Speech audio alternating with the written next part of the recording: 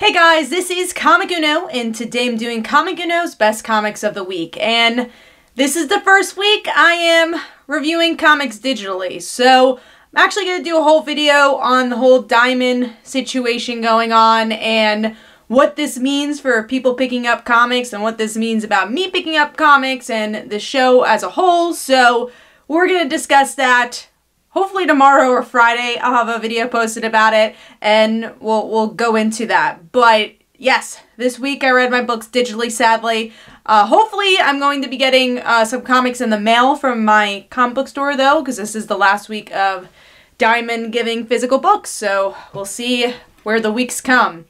But let's get into the episode. So this week I had 13 comics and the editing is going to do a lot of the visual content here because I don't have any of the physical books to show you. So number 13 this week, this is weird not looking at a comic, and that is Batgirl issue 45. So Batgirl, I haven't been a huge fan of, sadly. I love Barbara Gordon, as you guys know, but I just do not like this, I would say arc, but honestly this direction of these characters.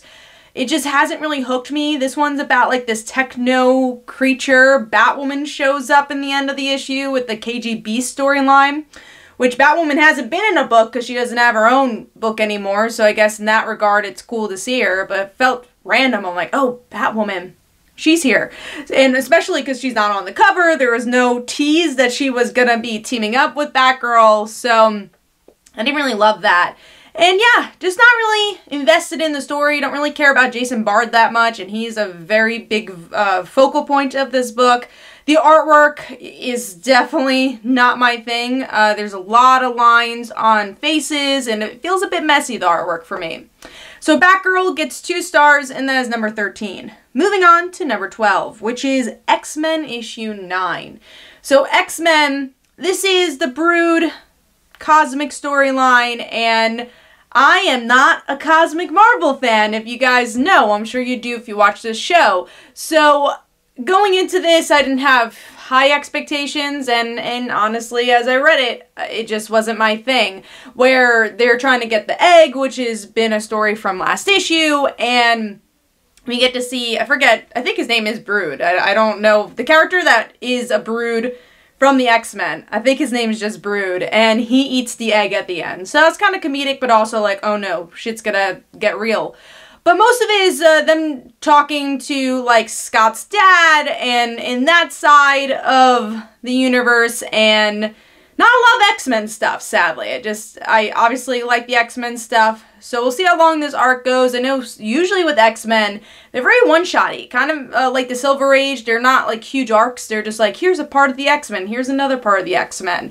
So I'm curious how long this space arc is gonna go on for. But they were promoting it like it was gonna be a big story. So we'll see. So overall, giving that 2.5 stars. Moving on to number 11, the other X-Men book. You're going to see a trend, sadly, this episode. But that is Fantastic Four X-Men issue 3, or X-Men Fantastic Four. And this issue is just a lot of talking. A lot of just trying to come up with a plan of like, all right, where are the kids? What do we do with the kids? And, oh, I hate you too, but let's figure this out. And then Dr. Doom puts himself in the story as well. So it's a lot of exposition, a lot of talking, and then the end is pretty much the same ending as last issue, where we get to see, okay, the Sentinels were being made by Dr. Doom, now they're out and about trying to destroy things. So not a lot of progression in this issue, and also I just feel like it's a story that didn't need 5 issues for a miniseries. Maybe 3, maybe 4, we'll see where the story goes, but I'm kind of getting a little winded by it. I'm not as interested as I was with issue 1 or even issue 2. Every issue kind of gets me less interested. And the artwork's not my particular favorite. I know, you know, some people like this style, but it's harder to see the details for me, especially those facial expressions, so not a huge fan of the art. Alright, moving on to number 10, which is the other X book. I'm sorry, guys. Giant Size X-Men, Nightcrawler, issue 1. This was disappointing. You know, I wanted to get all the giant-sized books. I'm like, all right, Hickman's writing it. I guess they're going to connect it to something for a bigger picture. And I actually really enjoyed the Emma and Jean one-shot a lot. I was really looking forward to it. And I like that it was a silent issue. Russell Doterman blew my mind for artwork. And it seems like there's some really good creative teams overall. And then Hickman... I forget the artist's name, but definitely teams up with a classic artist, and I love the classic feel of this issue. I enjoyed the art a lot. It's just the story was just kind of bland. You get back into this techno virus stuff, and it really has nothing to do with Nightcrawler. He's just kind of with the team. He's with Liliana. He's with iBoy. So, but he's not really a driving force in his own one-shot. I really thought this issue was going to focus on some of the pieces from X-Men, which was the whole mutant religion stuff, which I was totally on board for. Hickman wrote that story, but maybe it's going to connect more in the X-Men book. But then I'm like, what's the point of this giant-sized book then? Is this techno villain that important? Is it gonna connect to the other X-Men books? Are these all just offshoots? Are they gonna be important for the bigger picture? So that was kind of my biggest problem here. I'm not a huge Nightcrawler fan, but I'm guessing when you pick up a book called Nightcrawler, you want it to be in his voice and a little bit about his character, and it's really not. So I was a bit disappointed with this one. Overall, giving that 2.5 stars. Moving on to number 9, the new event. Maybe it'll come out, maybe it won't. We don't know what's gonna happen. And number 9 is Road to Empire, the Kree Skrull War issue 1, which I love the artwork. I love Mattio's artwork so much. He's one of my favorite artists. Quickly has become one of my favorite artists. You know, he hasn't been in the industry for that long, and it's cool just how much he's been building and becoming a shining star over at Marvel and doing an event now, which is really cool. And yeah, just really love his artwork, how cinematic it is, and it truly makes this book, even with the flashbacks, making it look a bit different, especially with the colors. I think they did a great job with the coloring as well, so really great visuals here. And I do think it was smart to use characters we already knew connected to the Skrulls, which is, if you read the Meet the Skrulls miniseries, it's that family. I wasn't a huge fan of that miniseries, but I do think they did a good job of bringing the emotional resonance here, especially with the younger daughter who was trapped for most of that issue and what she's dealing with. It's a very expositionary heavy issue, which is not my favorite thing, so that's definitely a downfall, which is why this is a bit lower. But I think it has potential, and I like the themes that are being built up with Teddy, which is that he's a Kree and a Skrull, but he's also kind of a human because he's lived here, so what side is he going to pick? And it's obviously the war between Kree and Skrull and why they don't like each other. So I'm curious to see where that goes, how our human or non-human heroes are going to deal with it. So I thought it was a pretty good issue. Is it a necessary issue? I think, again, if you read Meet the Skrulls, this is a good continuation of that, but if you didn't read that book, I don't know if you really need this one. It's really just like, this is what the Kree War is about. Go in. I'm sure Empyre issue 0 is going to explain more, so we'll see. Again, if those come out next week, I don't know. So number 8 for me is Angel and Spike issue 10. I do think that this book definitely picked up after that Hellmouth arc. I didn't really like the Hellmouth arc, but I like the inclusion of Spike. I really think that Hill gets their voices so well. I really like the whole team dynamic overall. Even though I feel like they're a bit too comfortable with each other, they really just have met, so it's kind of weird that they've already built this friendship, and that's been a problem with Angel and Buffy in general, is that they rely a lot on people's connections to the TV show to build on character work that hasn't really been made in the comics yet. So, you know, that's an issue. But I do like the police officer character. I know she was from the show, but she was from earlier seasons and never was developed. And I do like the procedural aspect of this issue and this arc, because that's what we kind of went to Angel for, was the more procedural storylines and the detective work and the weirdness of the Buffy universe. So I think they do a really good job with that. And bring in the human elements too, if this is a good cop going into some weird shit. So also artwork is so good. I think it's getting better and better every issue. Kind of has a Greg Capullo look to it. Really, really crisp and works well with a lot of these action sequences. So solid issue, given that one 3.5 stars. Moving on to number 7, which is the Mighty Morphin Power Rangers, issue 49. This is, I guess, the penultimate issue to issue 50. Definitely, I'd not guess, definitely is.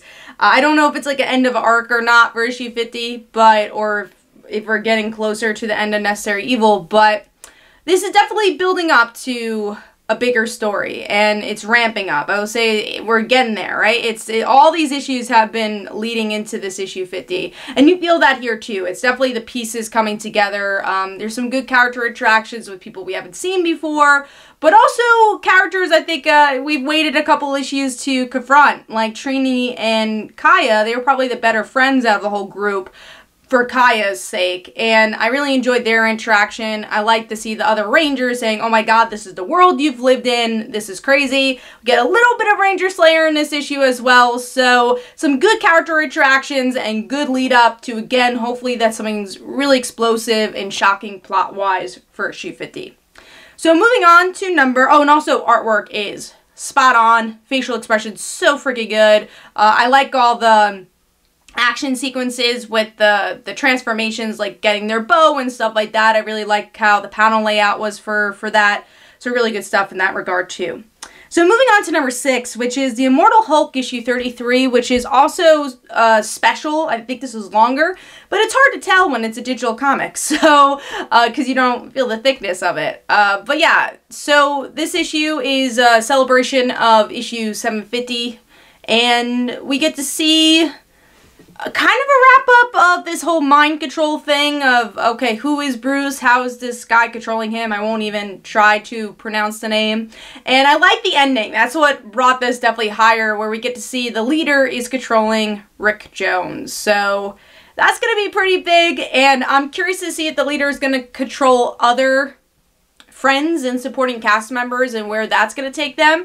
Hopefully they're not just teasing us and we're actually going to this arc with the leader, because I believe the leader has already been introduced in this story, so he's been teased for a while. So I want to get into the meat. I feel like this whole monster story was Xandu. I want to say his name is Xandu. That whole entire story felt a little fillerish, even though it was very psychological and went into his mind. It was a bit of a filler story. One thing I also really liked with this issue, damn, it was really brutal, and all the things you want in this horror book is like, oh my god, it's like a burning train. You just like, you want to look away, but you still want to see it. Like Hulk literally like destroying Bruce's body and him like ripping his body open was crazy. And you know, just great visuals overall. So very horrifying, good issue, but really I like that cliffhanger most of all. Some of the other stuff was a bit fillerish. So giving that 3.5 stars, and that is number 6. Moving on to number 5, the last single issue of Crowded. So Crowded issue 12, then the next set of issues are actually going to come out in trade or graphic novel. Pretty much, I would say graphic novel, since it's not collecting single issues. So it's going to be a graphic novel, the last volume, and I'm excited to see how it's going to end. I really love Crowded, so excited for sure. It ends, this issue ends on a good mark too. So we get to see Charlie and Vita dealing with their own couple emotional roller coaster they got going on, and it seems like Charlie has more feelings for Vita than Vita has for Charlie, and they're in very much disagreement of where they're at and who they should trust, and Charlie leaves. She deletes her contract with Vita on the Defend app and jumps into that Assassin Lady's car that's been teased throughout this whole entire, I would say, this whole arc is this green-haired lady that we don't know anything about. So yeah, things are definitely picking up. I really like the drama in this issue, and there's some really good character beats overall. I didn't really love the underground people and cults. They weren't my favorite aspect of it, but I thought Charlie and Vita was really good, and like I said, some really good plot lines being wrapped up here and leading us to this last volume and this last story for Crowded. So pick up Crowded if you haven't. It's really good. And artwork, so cute. I love the opening few pages that are actually in the point of view of Dog, and then we find out there's a twist with Dog, and Charlie leaves Dog behind, and Vita's like, oh my god, I just care about this dog. So I love the visuals and the perspectives for that portion of the issue. So moving on to number 4, which is The Amazing Spider-Man issue 42. Glad this is higher, and this kind of put me in surprise here, or in a surprise, because I was surprised. Anyways, so I like this issue. I don't know much about Gore, that villain. I don't even know if I said his name right. It starts with a G. I don't have the comic in front of me. I don't remember. But yeah, the Spider-Man villain, where we get to see his history of him being kind of this boy's, I don't want to say pet, I would say friend. And he's carted off to Earth, and then he's able to go back to this planet. It might be the Krees, I don't know, but just because there's been so much Kree stuff this week.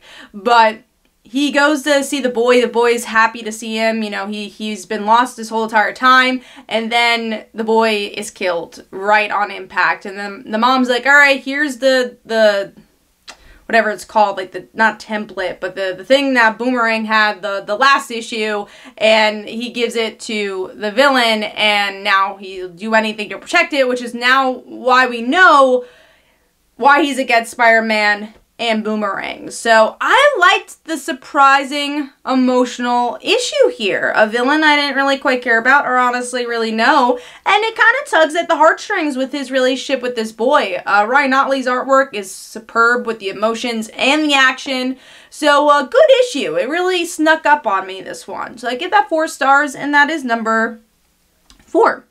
Moving on to number 3, which is Batman Curse the White Knight, issue 8. So this is the finale of this volume of Batman. It seems like there's going to be another one. I know they're making spin-offs of Curse of the White Knight, or White Knight in general. And honestly, this, I don't think everyone's going to agree with me, but I feel some Batman the Anime Series vibes here. That it, you know, it really stays to the core of who Batman is, why we like Batman. But it hits you in the emotional gut and really deconstructs the villains and even the heroes to really unravel them. And that's what I really like about this book. And it kind of reminds me of that magic of first watching Batman the Anime Series. And with this issue, we get to see Batman wanting to kill Anarchy. And honestly, you don't know if it's going to happen or not, just because there's so much rage and because there's so many twists and turns in this book. You're like, maybe he will. And by the end, I don't know if you know if he did or not. You know he's going to save Anarchy, but you don't find out if he survives or not. So he's like, oh, I'm going to help you. Maybe I misread it, but I don't know if we ever found out. But yeah, with this issue, we get to see Batman arrested, and he's cool with it. And I love the little like sneaking storyline of Harley and Batman being a thing, and I like it here. It's good. I enjoy their relationship a lot. And then I like the small parts that Dick and Babs have in this issue as well, and especially Dick has a really good moment with Batman about being his father and you know, trusting that relationship. And then in the end, we get to see Batman, you know, he's in jail. Like, what gives him the opportunity not to escape? You know, he's Batman. And then it's Jason Todd that's going to be watching over him. So they have a lot to talk about, supposedly, which I'm sure they do. We don't know much about this version of Jason Todd, but really good stuff. Again, I love the twist of the Batman story. Some really good emotions, great artwork, especially the Batmobiles. They always look really cool. So really thought it was a great finale. Giving that 4.5 stars, and as number 3. Moving on to number 2. This book keeps getting higher and higher. Basketful of Heads, issue 6. Man, I really like this book. I love horror books. I love horror stories, and this just hits all the marks, where we get to see our girl is handcuffed to like a pole by the last issue, and you're like, oh my god, this guy's gonna kill her. He has a shotgun, she has an axe. How is she going to escape? And she can't break the handcuffs. So she uses the axe to chop her finger off. So she's just like getting heroin to try to be alive and not feel pain. And she goes off and tries to save her boyfriend, who she really wants to believe is a good person. And by the end, you know, because of all this, the true villain throws her off a boat, and she's anchored to the water, but she doesn't have her axe anymore. It's thrown into the water. I have a feeling she'll probably find it somehow, but really good cliffhanger. And I love some of these visuals too, like her just putting her like bloody hand on the wall. It's just so many great, well-paced, well angled panels here. And yeah, I just love the twist on the final girl. I love her spunk, and you know, it definitely reminds me of like Texas Chainsaw Massacre, where every moment, you know, is like, oh my gosh, she's gonna be eaten, she's gonna be thrown out a window or whatever, but you want her to have that moment in the end of the truck at the end of that movie where she's cackling and just going away from that house, because this girl's going through so much stuff. She deserves that moment. And the Texas Chainsaw Massacre, Leatherface just doing his little chainsaw dance in the end. But yeah, it kind of has those vibes, that type of final girl movie. So yeah, really enjoyed this story, giving that 4.5 stars, and moving on to number 1. So number 1 for me is actually a graphic novel. I've been really looking forward to this one. I've even read the Tapas chapters before this, and that is Heavy Vinyl Y2K. I have been very vocal about my love for Heavy Vinyl, the first volume, and love this second volume. I thought it was a really good sequel where we get to see digital music tackled from the perspective of 1999. So we get to see our heroes who, if you don't know this story, it's about these group of girls who work for a record store who also are part of an underground fight club. And they usually deal with situations that have to do with music. They saved one of the bands in the first comic, and now in this volume they have to deal with Napster pretty much, and them attacking people's computers and destroying the world, and actually like having real life Y2K happening through music. So they have to do the battle of the bands and also save everybody from Y2K. So it's a lot of fun, but what I love, and what I loved about that first chapter too, is the character beats. I really liked how all the characters grew, their relationships grew as well. We get to see oh man, why can't I think his name? I feel like his name is Jason, but the guy and girl, him going to college, and then we have Maggie and Chris, their relationship developing too, and they were amazing in this whole entire book. I think they have so many cute moments. And then Dolores and another character show up as well. So we're getting to see some new romances, some old romances, and all of those develop, and really have a great slice of life feel. So I love that you had that establishment of the characters in that first volume, and now we just get to see them grow. So I thought there was a lot of good action here, good mystery, good involvement of music in a new way, and then of course great characters. So really love this book. Artwork is so freaking good as well. Again, very slice of life, so definitely pick this one up. And yeah, hopefully you guys enjoyed. I gave that 4.5 stars. That is my pick of the week. And again, watch that video on either tomorrow or Friday about where comics are going from here and how that's going to affect the review, if it does affect the review. So hopefully you guys enjoyed. This is Comic Uno. Yeah, go check out my Twitter, go check out my Facebook, and go check out my comics. If you're bored and you have nothing to read, check out some new stuff, which is They Call Her Dancer and Like Father Like Daughter. I have issues 1 through 5 available of Like Father Like Daughter, and the Dancer issue 1 through 2. And every Tuesday at 10 p.m. Eastern Time is Comic Book Weekly, where we discuss our favorite comics of the week and everything in between about comic books. And even though if comics don't release, we will also still have that show every Tuesday. So be sure to check that out. So hopefully you guys enjoyed.